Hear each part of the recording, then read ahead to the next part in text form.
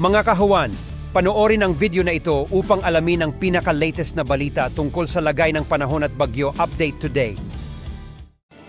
Sa lukuyan, maliwalas sa panahon ang ating naranasan dito sa buong bansa. At yung bagyong Sinlaco ay tuluyang lumabas sa ating domain at hindi na ito inaasang makakaapekto sa ating lagay ng panahon.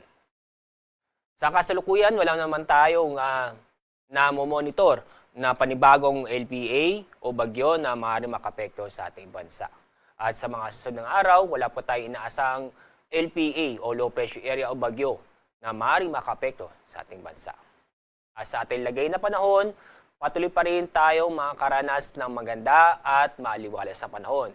Inaasahan pa rin natin ang mainit at maalinsangan na panahon, lalo na sa tanghali at sa hapon. Kahapon, ang mataas na heat index ay umabot ng 44 degrees Celsius doon po sa may Sangley Point, Cavite. Dito sa Metro Manila, umabot ng 37 hanggang 39 degrees Celsius. Ngayong araw, ang ating forecast heat index. Mataas na aabot ng 42 degrees Celsius, doon pa rin po sa Sangley Point, Cavite. Dito sa Metro Manila, aabot ng 38 hanggang 39 degrees Celsius. Wala tayong gale warning, ibig sabihin wala tayong inaasang matataas na alon. Kaya sa mga kababayan po natin, may balak pumalaos sa ating mga karagatan, safe naman po.